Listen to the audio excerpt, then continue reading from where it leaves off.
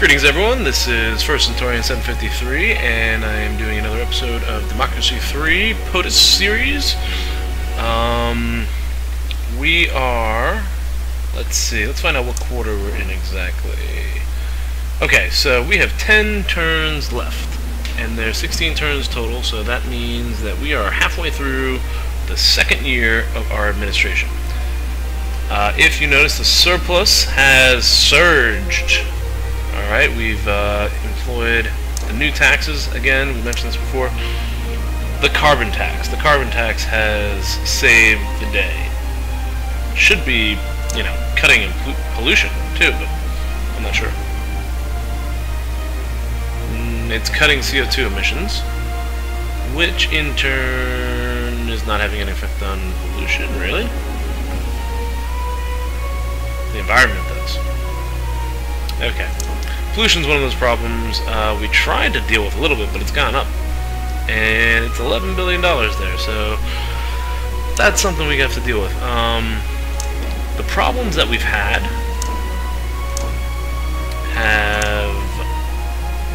we've solved several of these. Okay, this looks like going into the fourth quarter of the first year. We had all these policy initiatives. Adult education subsidies, increasing the police force, corporate tax cut, hybrid car initiative, and community police. Vigilante mobs had ended after this, or on this term. The next, going into the first year, the beginning of the first year, or I'm sorry, beginning of the second year, we also eliminated two other problems: uncompetitive economy, which is fairly easy to do, just have to cut those corporate taxes a little bit, and antisocial behavior, which went down because of crime. So those two problems were eliminated, and because of these three problems being eliminated, there were sort of like externalities, there were effects that also helped the economy. Okay, so you do one thing to help out a certain group, other groups also receive benefits, or other areas also receive benefits. Those are called externalities. Okay, externalities can be benefits or they can be costs. All right, this is like an economic term. So the externalities of solving these problems means that our income improved, because it didn't cost as much to deal with these problems. So that's why the income kind of went up. So solving problems actually helps improve your budget. If you remember, after the tax cut, after the carbon tax was first imposed, I think we had like a surplus of 180, and then we did all these initiatives on that turn. There was, like right here, we had a surplus of 180, and then all these initiatives, we had to pay for those, and it went down to like 130 surplus. But now, because we solved those problems, the surplus is higher, and we're still spending the same amount.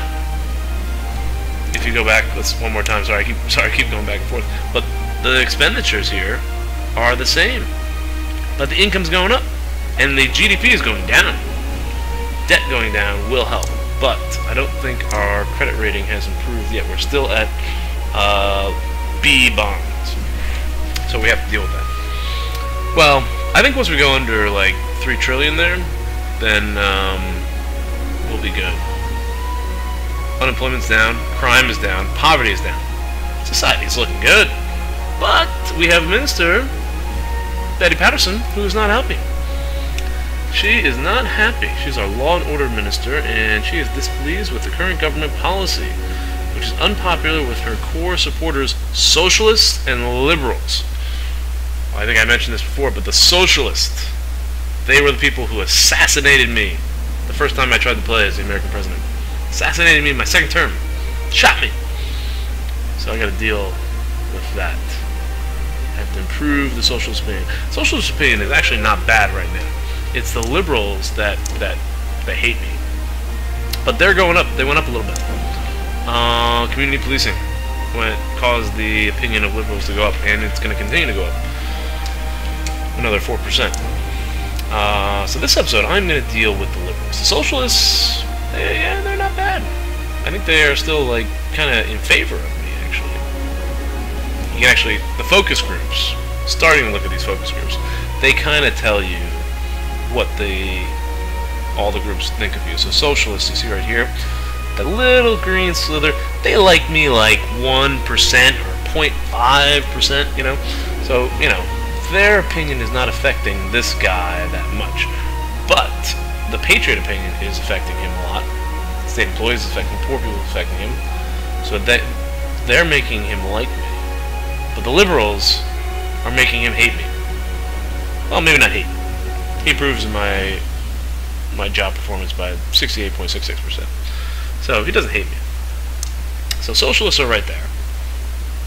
They are 53%. That is the percentage of the population that considers themselves to be socialists. If you notice, the one group that has moved up a lot is the conservatives. I've had some conservative policies that have improved this opinion, this group's opinion, put them all the way up to like second to the top here. But if you remember, the percentage of the population that consider themselves to be conservative was like 63. So as you do things to improve the opinion of a group, then that basically means that group is kind of satisfied, and people are gonna dissipate. The amount of people in the group is gonna dissipate, and you're gonna have less people in the group. Except for the one group that never changes. That's everybody. Everyone. And there's only a few things that affect everyone. Well, there's a couple things. Taxes. Crime. Tobacco tax. Apparently everyone wants to smoke a cigarette according to this game. I don't know where that came from. So conservatives have gone up, but their percentage of the population, which means the percentage of people who are going to come out and vote on conservative issues, has dissipated. Liberals, I think they were like 37. Liberals kind of move inversely to conservatives, which makes sense. I think it looks like they move exactly inversely to conservatives. So the liberals, so we do have to kind of appease the liberals a little bit. They've gone up a little bit. They have.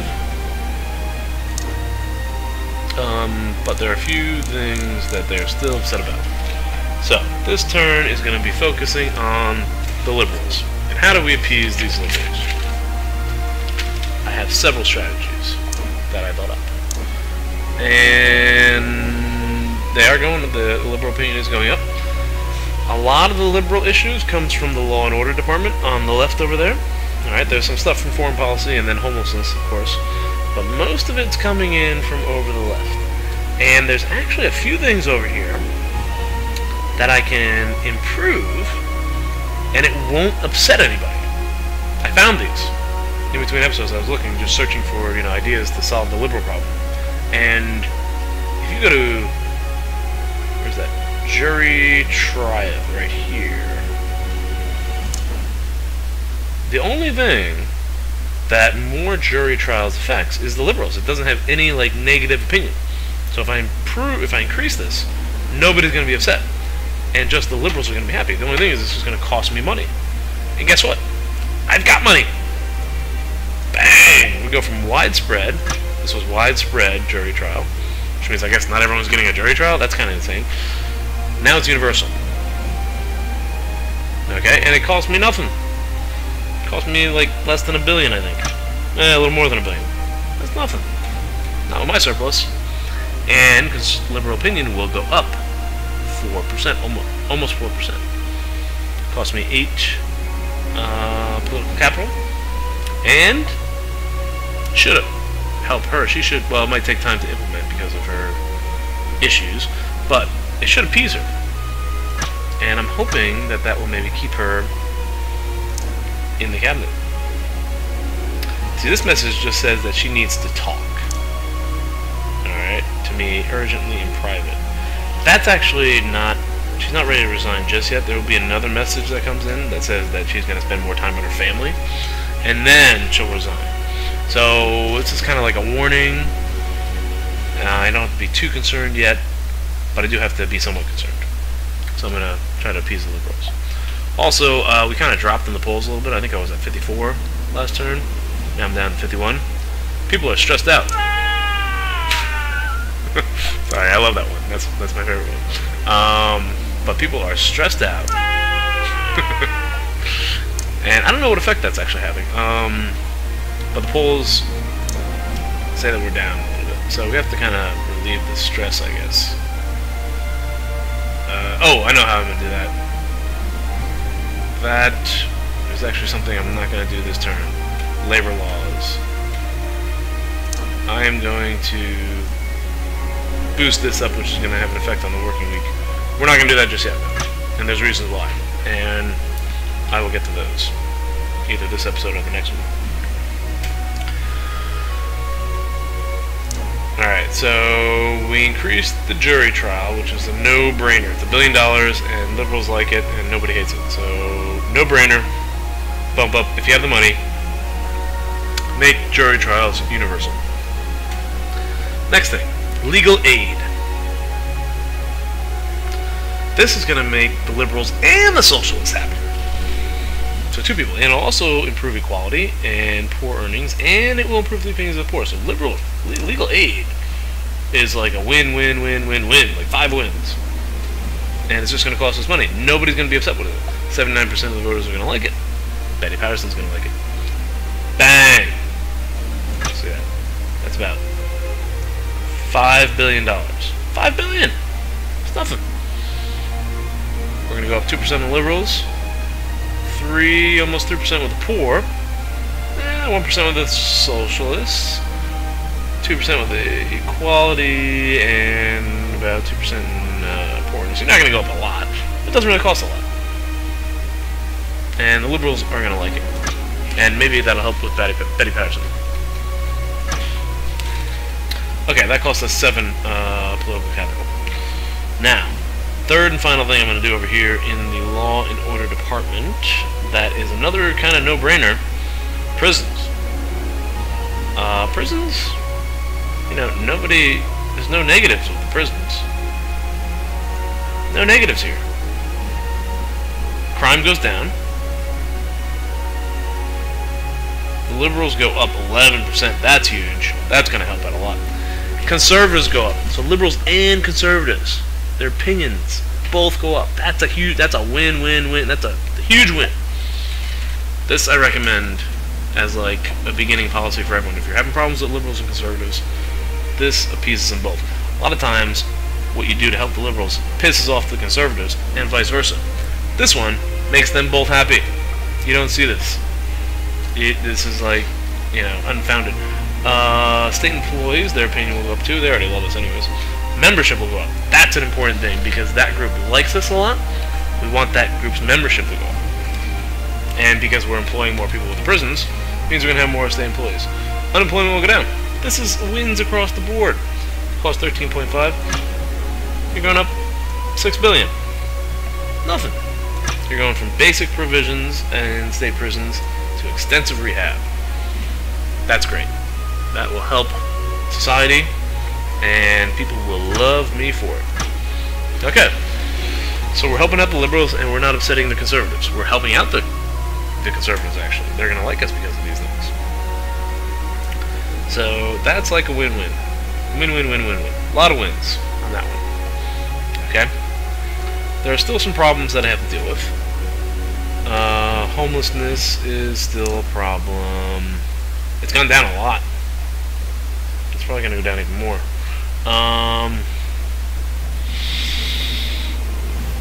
See, things get tricky with this, because poverty...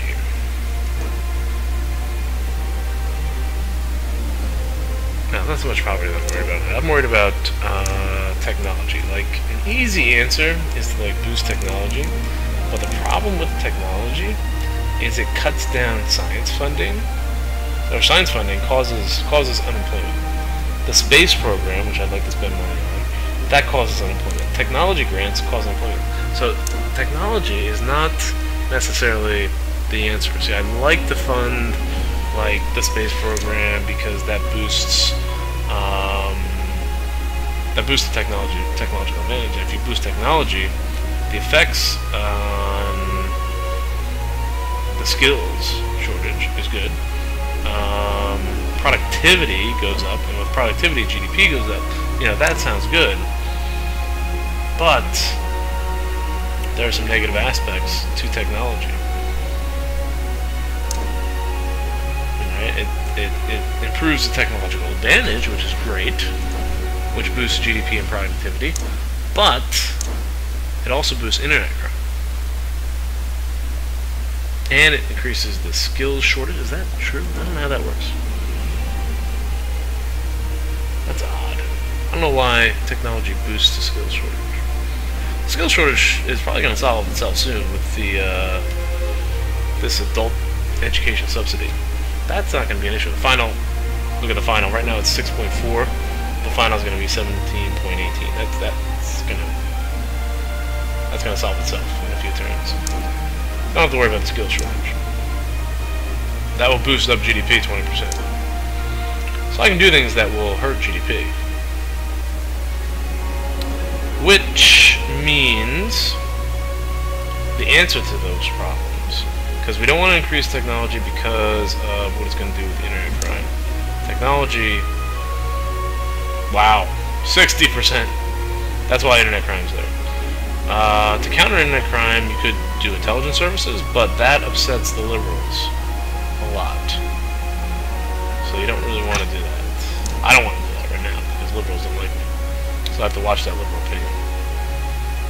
So right here, the labor laws. This is where I am going to solve some more problems as far as what the socialists think and what the trade unionists think. But I'm not going to do that just yet.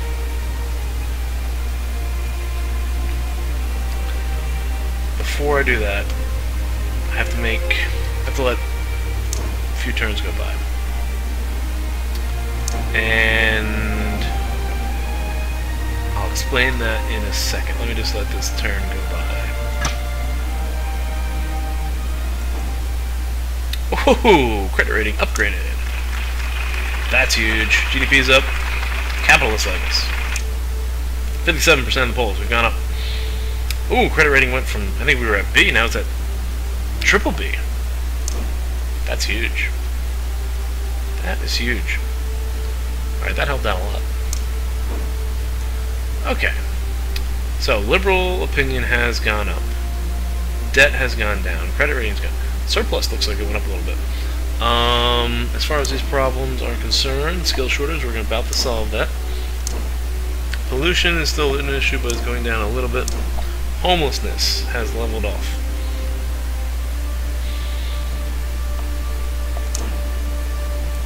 Internet crime is still going down. It's going to continue to go down because we're going to continue to decrease crime. Alcohol abuse continues to go down. Community policing will continue to drive that down, and it will continue to drive down crime, and as that goes down, crime will go down, so there's some externalities there. Drug addiction is sort of leveled off there. We gotta still bring it down a little bit. And the last one, asthma epidemic. We gotta improve the environment somehow. And hybrid car initiative is almost maxed out, so asthma's really bad. Okay, we gotta do some other things to improve the economy. Or the environment. Alright. I want to explain to you my theory behind labor laws, but that's going to take a good while, and what my strategy is with labor laws. That's going to take some time, so I'm actually going to save that for the next episode. Thank you for watching, and please subscribe, and I will see you next time.